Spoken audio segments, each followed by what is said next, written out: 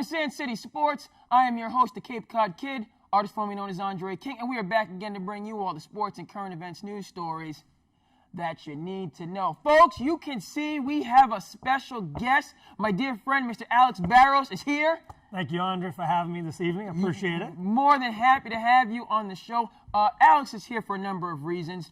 First and foremost, a dear friend of mine, coming from the community, Barnstable guy, so that's always great. But not too far down the list, Alex Barros is a legitimate Dallas Cowboys super fan.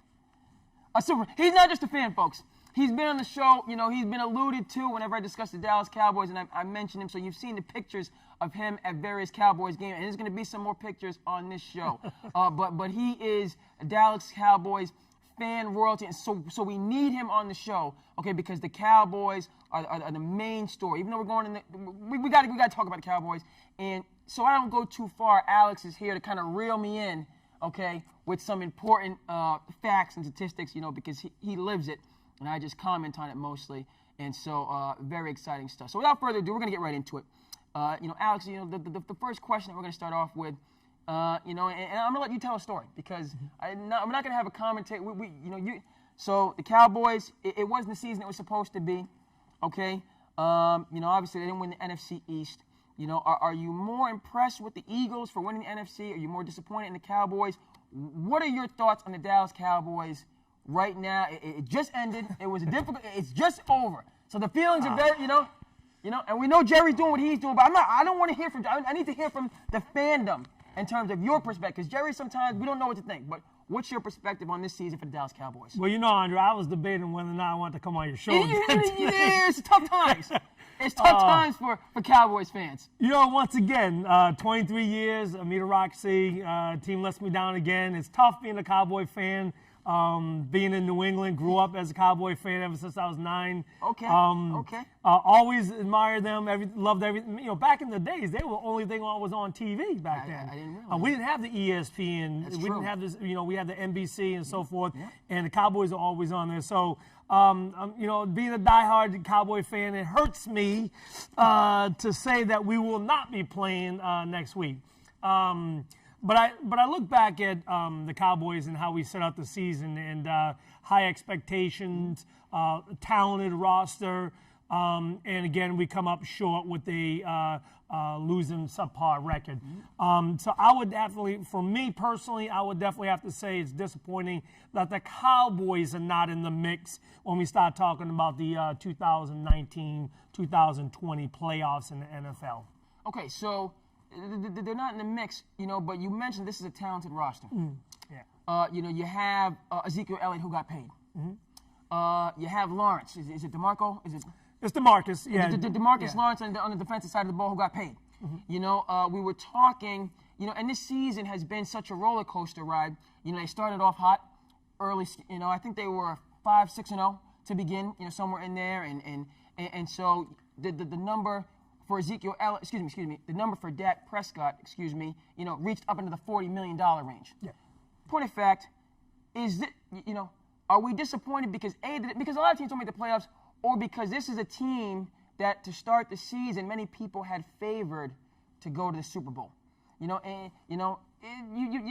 win some, you lose some. The Rams make the Super Bowl one year, they miss the playoffs the next year. There's ups and downs. That's right. But this Dallas Cowboys team, for me, from the outside looking in, seemed to have the talent to be able to compete, not just in the NFC, which is clearly the stronger division, but for a Super Bowl. How do you view that? It's not, you miss the play.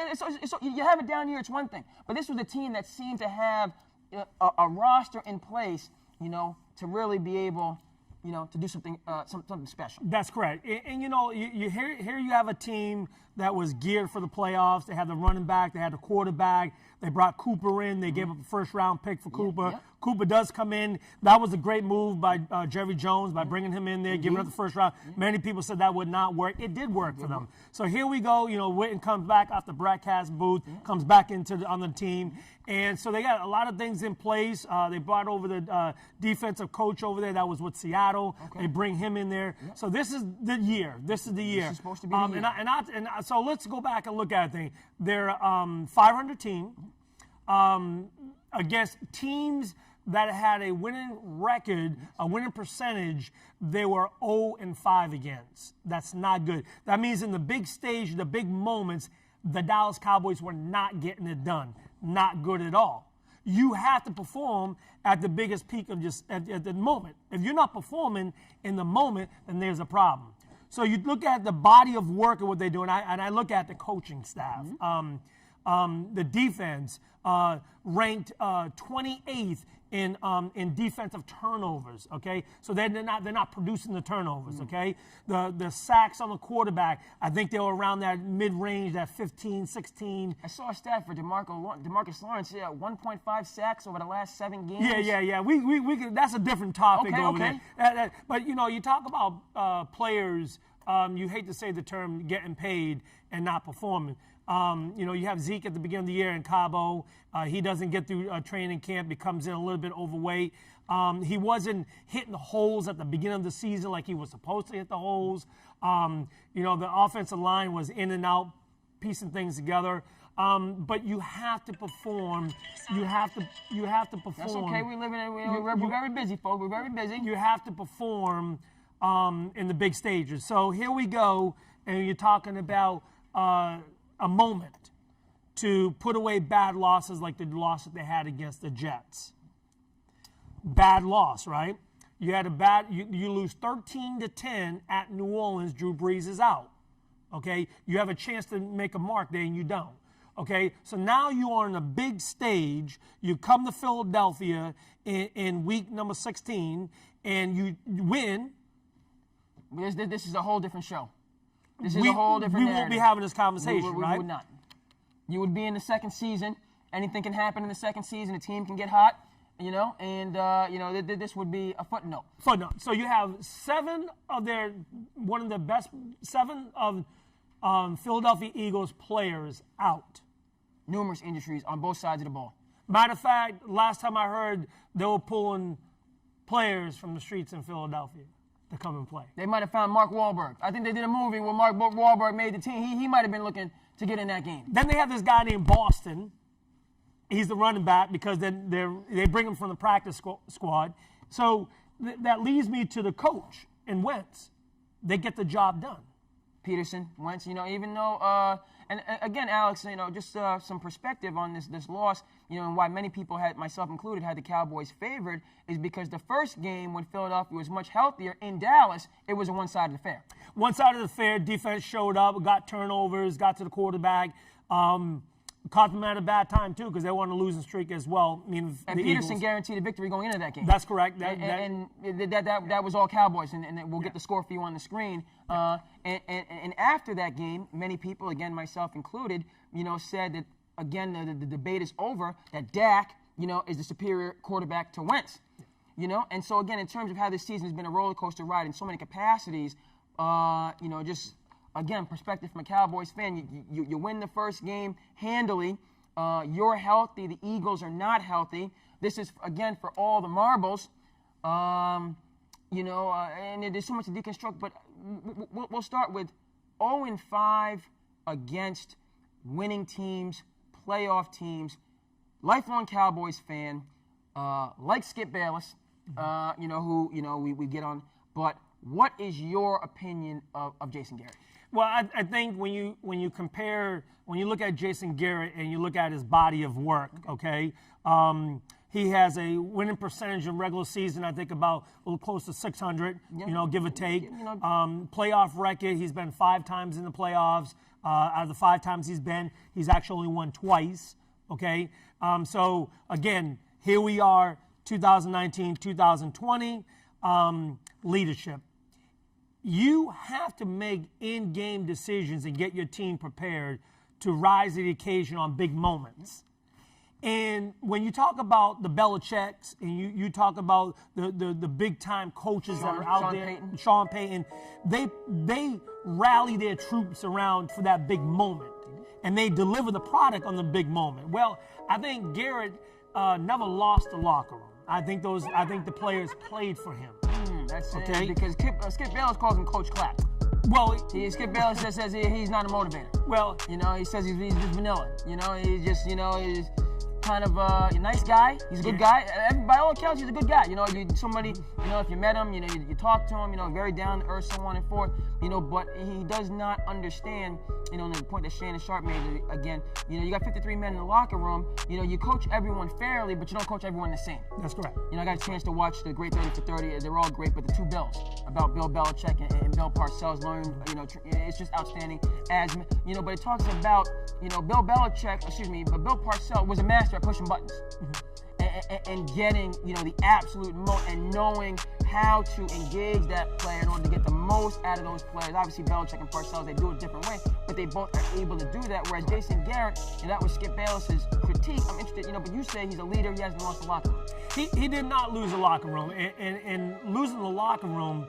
That means they would never fought the way they did against Washington. Okay, even though they showed up, they played regardless of what the scoreboard watching was for the Eagles. Okay, but I don't think that he ever lost the locker room. And even though there was that aura in the locker room that, hey, this could be his last stand with the Cowboys, I just think when I look at Garrett.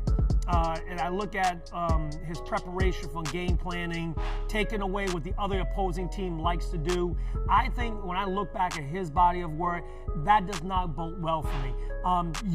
When you have Bennett on defense who jumped off sides to give the other team a first down, he does it twice in that particular game, and he comes off the sideline and you're clapping, to me, that's a moment for you to pull him to the side because you need to get into his face and let him know the severity and the purpose of the moment. I never saw that from a leader perspective from him. He didn't get max value from his players, and that to me, it was a major problem. So as we sit here today, he still has not been fired, and he won't be fired. He won't be fired. He won't be fired. No, he won't. And a lot of people don't understand this. Some people do. I'm one of them, and so I need to learn. I need to learn. His contract expires Wednesday. Okay. And what Jones is doing is just not going to bring him back. So why fire him today when you just don't have to renew his contract on Wednesday? Same effect. So it's the same effect. They're just not going to bring him back. Now, as I speak, they're probably going to get something on my phone here telling me that he's been let go. According to some reports, I saw that Kellen Moore and some of the staff had been put out to pasture. And they need to go. They need to go. Okay. The entire staff needs to go. And Marinelli, you gave the keys to the Rolls Royce to a young offensive coordinator with no experience, and a coach has no pedigree, the head coach. And you say, here's all this talent, go out there and win now. Get to that NFC championship game. Get to that Super Bowl, okay?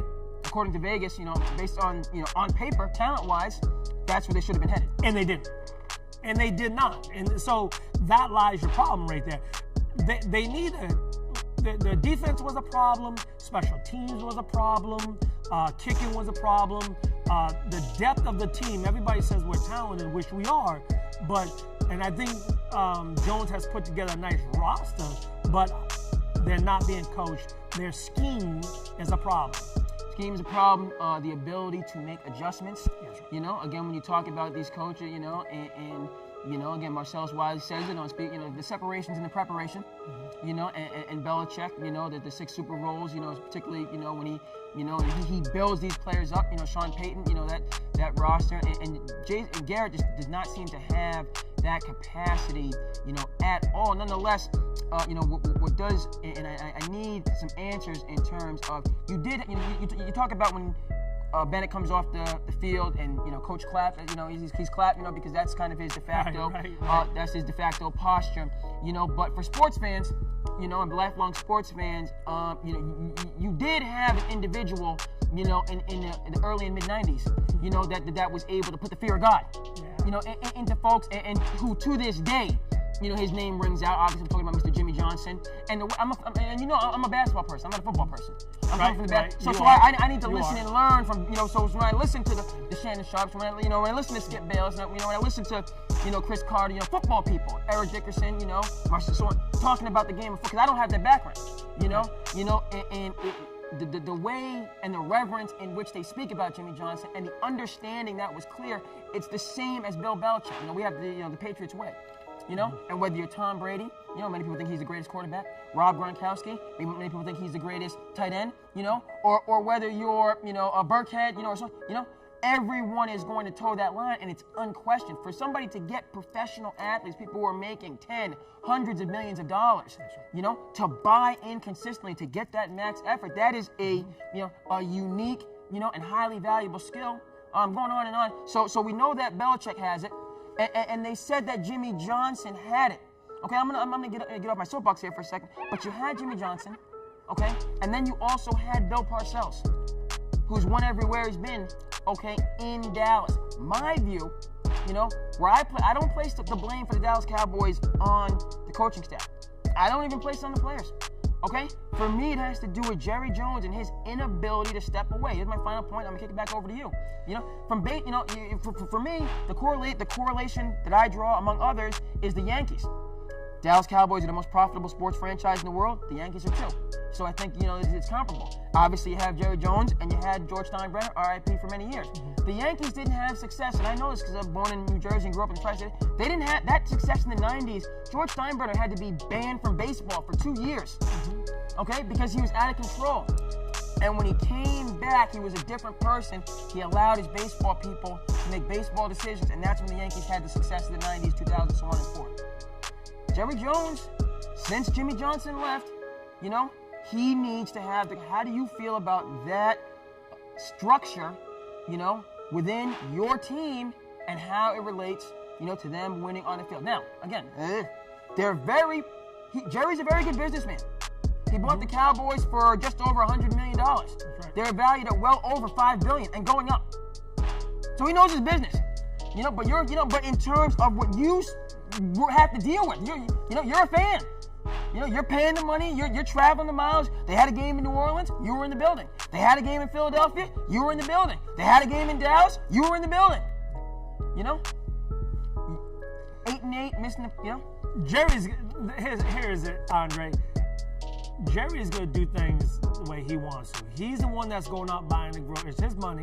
He's going out and buying the groceries, and he's cooking it, coming back to the stadium, he's cooking it up any way he wants to. That's how Jerry looks at it. When you start talking about Jimmy Johnson, okay, back in the 90s, okay, it was basically a clash of personalities and leadership styles that clashed. And so you take that, you know, where an era that the Cowboys had a very strong roster, and a time in which free agency and salary cap was not even in place. So they had the team and the roster and the finances to win for quite a long time. And you could almost put them in a situation where they could have been the today of the New England Patriots if that didn't get broken up. So he goes out the back door, and now you bring in Oklahoma coach Barry Switzer, and he comes in there and he wins, I think, with the Super roster. Bowl. Yeah, right. Jimmy's guys, but he wins that, you know. And then he's gone, I think, 2 years later or something like that. They won it in '95. They made the playoffs '96. I think they might have lost in the divisional round.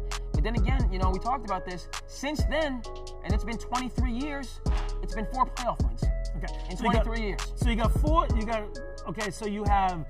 Here's the resume on Jason Garrett. Okay. He's been with the Cowboys now. Just completed his 9th or 10th season. Yeah. He's won in 152 games. He's won 85. Okay. He's lost 67. That's a .559 percentage. Good, okay. Yeah. And he's a lot of 8-8 seasons in there. Okay, so he wins. So here we go. We go. We took over for Wade Phillips the first year, so he took over mid-year, his first year. That's correct. Yeah. So he goes 5-3. He goes 8-8, 8-8, 8-8, 12-4. They go to 2 playoff games that year.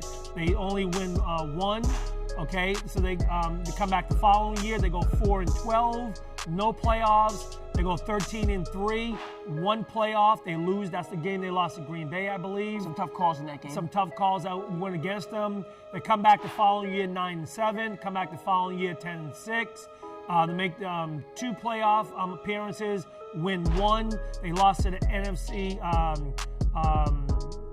Rams at that in divisional last round, year. and then to come back this year 8-8. So he had his opportunity to get the job done, and at the end, he just didn't get the job done with his vision. So they're going to move past him. I think they're going to move on. I think they're going to interview Lincoln Riley, which is the coach over there from Oklahoma. He was, he had a little issue in the college, but we'll talk about that. Okay, so we'll talk about that later. Yeah. So you're going to bring him in, and then you're going to bring in the coach, that Urban Meyer. You're going to bring him in there, that leader. Mm-hmm. Okay, but I think that these coaches right here, when they come in, they're going to want to bring their own guys in as their coaches. And the question on the table for me is going to be, is Jerry Jones going to allow them to bring in their people to be successful? Jerry wants it his way and only his way. Okay? If he does that, we could be having this conversation 5 years down the road. Yeah, exactly. Because, again, when we talk about an Emmitt Smith, when we talk about a Michael Irvin, when we talk about a Troy Aikman, when we talk about a Charles Haley, flash forward to the present, we're talking about a DeMarcus Lawrence. We're talking about Ezekiel Elliott. We're talking about a Dak Prescott. That's right. We're talking about Amari Cooper. Yeah. Both of those teams had dominant offensive lines. And so when Jerry was buying the groceries but handing them over to a 5-star chef and Jimmy Johnson, you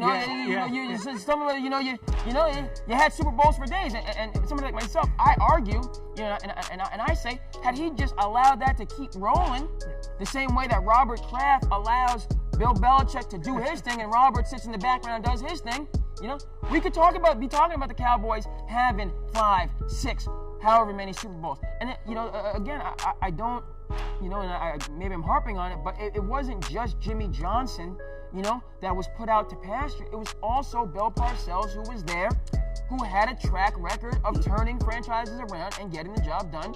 That was also put out to pasture before, and Wade Phillips, another one of these people that's a great guy. He's a lifer in football. He's always going to have a job, whether he's a D coordinator or a head coach. He did a great job with the Rams last year, and then making the Super Bowl. He knows a good leader. He knows his business. Yeah, but everyone about, you hear about Wade Phillips, he's just a go along, get along type of a guy. He's a nice guy. You would like him, but he doesn't bring people to that extra level, to that 5th gear. He would much rather, kind of be an assistant coach or a coordinator, than to be in the big chair. And this is, it's with Jerry Jones and with Dallas, big city, Texas, football in Texas. We talked about this. They built $70 million stadiums in Texas for high school football. University of Texas, most profitable program, because of their football in the nation. And then you had the Dallas Cowboys to cap this all off. Football's pretty important in Texas. It is. It's pretty important, And Jerry's sitting, on the Iron Throne, basically, of all of this fandom and interest and support, and he has all the pieces in place, but for some reason Jerry won't get out of the way. There's an old analogy I like to use. If you're in your house and you see cracks going up the side of your wall, you're gonna come back to that wall and you're gonna put some plaster on it and paint it, right? You gotta. Next thing you know, a month later, it comes back again. Cracks going up the wall again. Well, it's not the cracks going up the side of the wall. The problem is your foundation's broken. So do I think Jerry is the problem in Dallas? I don't think it is. Is it a problem to the means of him getting that stud coach to come in there? It could be. But you got to think about it this way. How great of a job did he do putting his talent together on this team? Well, so you got to give him credit with that. I'm just saying. I'm just saying. Much of y'all want to rip him down, he's the one that put this talent together. Okay? So he does know football. He put the talent, he put the pieces in place. But again, with is a coach or somebody going to be able, because my view of Jason Garrett is that he is a puppet for Jerry Jones. Now you can correct me if I'm wrong. This is might be from the outside. Yeah, I look at Jason, and then the way that he might not be a puppet, that may be overstated, but the way that the organization is structured, I need your opinion on this. After the Cowboys win or lose, who is the first member of the organization to do a press conference? Well, he needs to start that. He's always on the sports talk show in Dallas, the first thing to talk. But he represents the team. So, Again, but he's the only one that does that. And he's the only, so that'd be the equivalent, Patriots. We're going to get to them. We're going to get to the Patriots. But I don't think that's the demise of this team. I don't think this is the ultimate failing of this team. And when you look at Jason Garrett, again, I just go back to his inability to challenge players to reach their max potential. And you look at the New England Patriots with the roster that they have. Again, it's planning, it's a purpose. Your organization is solid. You have a coach, and it flows from the ownership all the way down. The owner stays out of the business, well, except in Patriots when he got rid of Garoppolo and because Brady started complaining. But that's a different story, right? That's a different story. We can get to that a little later on. But you have to be solid. But I just want to go back to something real quick. You mentioned Bill Parcells. Bill Parcells was with the Cowboys from 2003 to 2006. First year, 10-6, winning percentage 625. Comes back, he makes the playoffs that year, loses. Comes back in 2004, 6-10 record, winning percentage 375, no playoffs.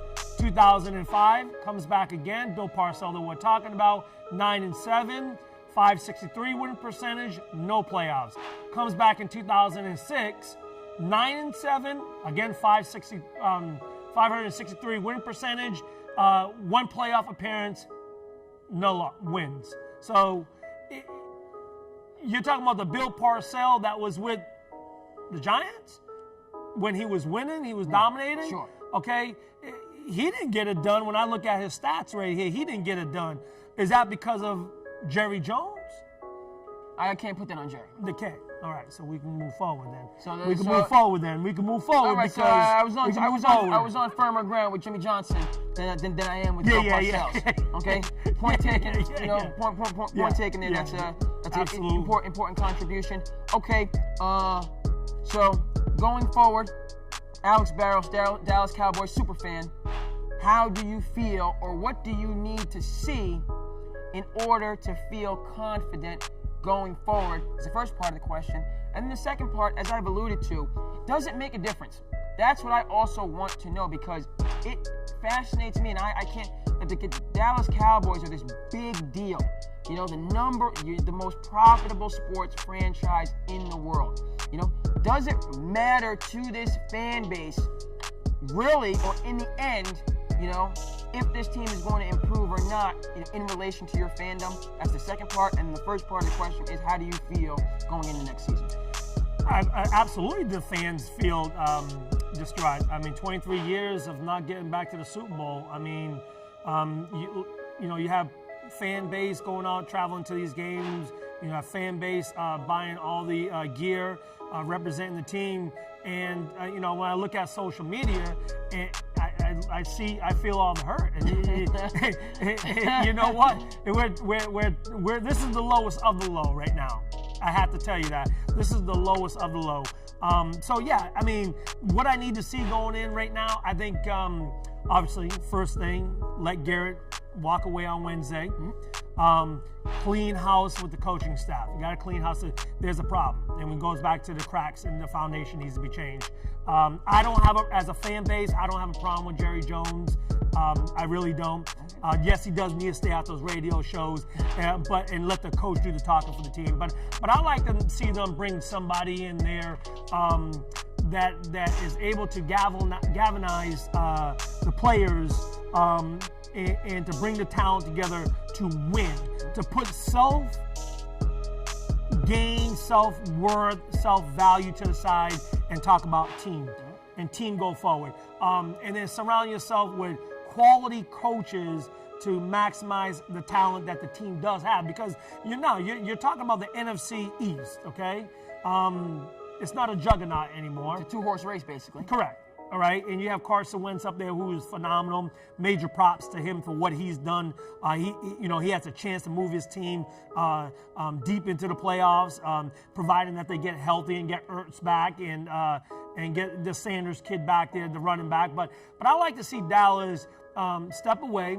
I like to see them get their coaches in place and refocus and put this team back in the right direction with the talent that we have. They do have the 19th pick in the 2020 draft coming up here. An opportunity for them to get some defensive linemen. They definitely need help on the safety side of the ball. I think they made a bad mistake of not going after Earl Thomas. I think they should have gotten him, and not just because of his talent, but his ability to lead. I think the team lacks leadership, okay, in the locker room. That's the reason why Witten came back. Speaking of Witten, he needs to go. Lee needs to go, okay? Because now Jarwin is ready. He's chomping at the bit, man. Every time that young tight end's on the field, he's ready to do more. He's ready to put the business out there. And he's always been successful in every game he's been in. Get that running back behind Zeke. Pollard. Get him the ball. Get him involved. You have young Lions out there just waiting to inch. And every time they're on the field, besides Pollard, what he did, I know he fumbled the ball. Okay? I know he fumbled the ball. I understand that. I mean, that happens. But you got to get him the ball, and you got to get this team going in the right direction. Because if not, the Eagles might continue to dominate. But, they have, you win your division, you get a home playoff game, and you really set yourself, we're going to now transition to the Patriots, who for well over a decade, as we've discussed, have dominated, their division and the position that's put them in, getting that first round bye, getting that home field advantage. But of course, you all out there in television land and us two here, we're stunned.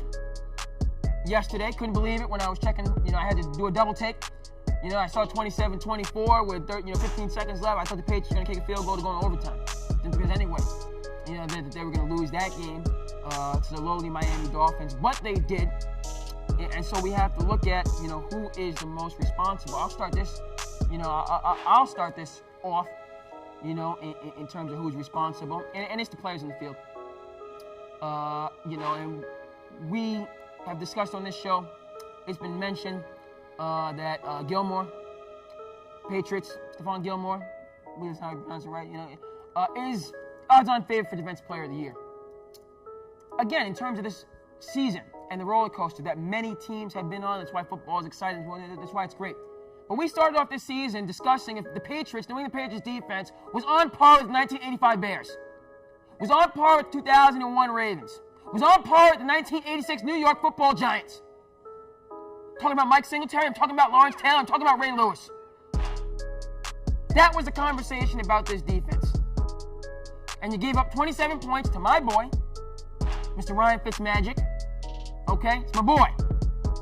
But still, unacceptable on every single level. And so it starts with the defense. A. B. Brady.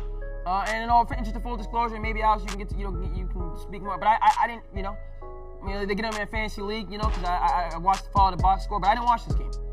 So I can't give you Alex is going to fill in here. So I know Brady put up 24 points. I know the Patriots were leading. He had a late drive and touchdown to put them ahead, 24-20. Okay, and all seemed to be well. Then 13-play drive, however many yards, get it for you on the screen. Fitzmagic does what he does. All right, and backs against the wall. That last play, thank goodness nobody got injured. Somebody could have Brady could have got crushed. Them throwing the ball and him picking it up. I'm glad there was some civility because Brady could have gone down in that play. And you lose your first round bye. Might be helpful when you have a 42-year-old quarterback. You lose home field in the second round. So should they advance past Tennessee, you're going on the road again to Kansas City after what you did to them last year, which we've referenced and will reference many times need to be referenced. Okay? Stealing, okay, the heart, the joy everything else from Kansas City last year at their place. Which now, even if you get past the first round, you're going on the road to KC. All right, and that rematch. And then if you get past that, chances are you're going back to Baltimore to face the unanimous MVP. I'm saying it. In Lamar Jackson, just to get to the Super Bowl before you even face the NFC. Okay? Alex, you know a good deal more about football than me. I don't see it happening. I see possibly, and frankly, Tennessee with Mr. Henry and Mr. Vrabel coming back, you see how these former Belichick coaches are faring against Bill Belichick, which isn't always the case, but I don't know. You know, for Flores to get this W, you know, now Vrabel, it's got me questioning. Whereas if they had, you know, I wouldn't have given Tennessee, if the Patriots got the first round bye and faced Tennessee in the second round, I wouldn't give them a snowball's chance in Aruba of beating the Patriots. But now, I don't know. And Derrick Henry, monster. Tannehill, hungry. This Tennessee team has been competitive and scratching and clawing. It might be one and done. I'm going to say they're going to lose next week. That's how I feel about it. Alex, chime in at any time. I think the Patriots are going to lose. And A, and then B, for all this craziness that people are talking about, you better bring back Tom Brady, as far as I'm concerned. That's my in conclusion, I'll step out my soapbox. Patriots are losing. A, they're crazy to think about getting rid of Tom Brady. B. Alex?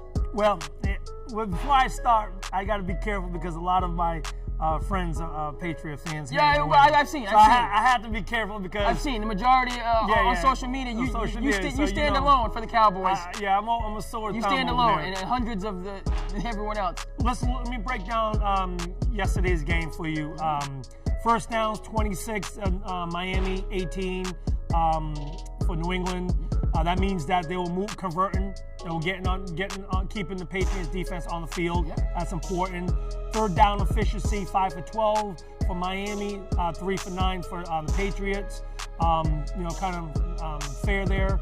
Yep. Net yards rushing, 63 for Miami, 135. You saw the Patriots went back in the second half and got the running game going along. Yep. And that was good because they needed to do that, take a little pressure off of Brady. Yep. And then you had net passing yards was 326 for Miami and 217. I'm going to tell you this right now. Fitzpatrick is a bad man. That's why I call him Fitzmagic. Because he's just a gamer.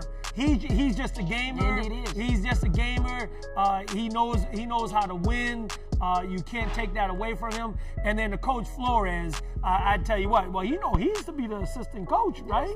Yes. So and then he moved on. Okay, yes, and so he knows he prepared those players for that moment and said, hey, you can wipe out your whole season all you want. People put you down the whole season, had you the worst team. Yes. You can go out on a high right now, just beat the Patriots.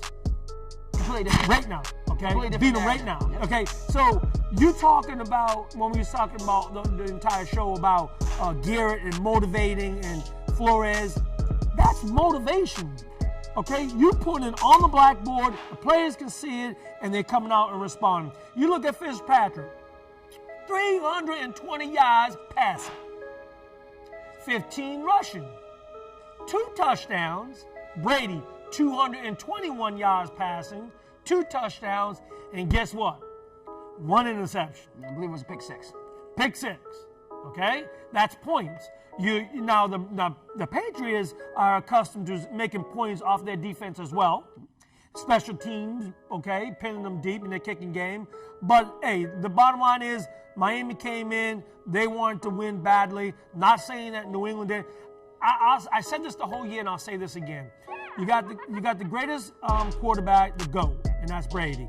No doubt about it in my mind, okay? And you got the greatest coach. I just love everything about him, and I love the fact that his father is a Navy grad in down in Annapolis, Maryland. You're a Navy and me man. being a Navy man for 25 years, yes, I love the connection and everything about it. And I definitely love the fact that Kraft gave the Navy, gave the Patriots, the Patriots plane to charter the Navy football team to the bowl game.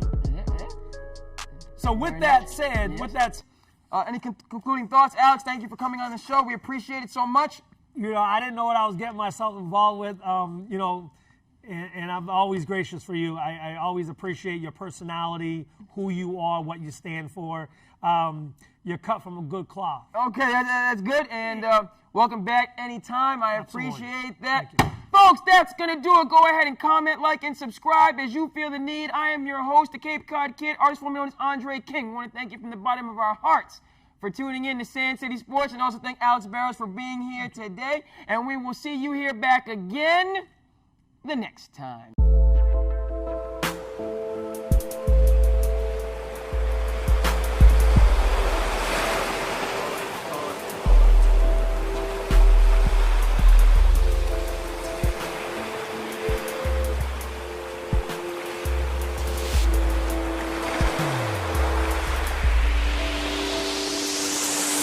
Yes, we piece of souls do sedate ourselves. Just a number of this pain we feel. Yes, at times we do hate ourselves, but each day we try to retake ourselves. So yes, we piece of souls do sedate ourselves. Just a number of this pain we feel. Yes, at times we do hate ourselves, but each day we try to embrace ourselves. Yeah.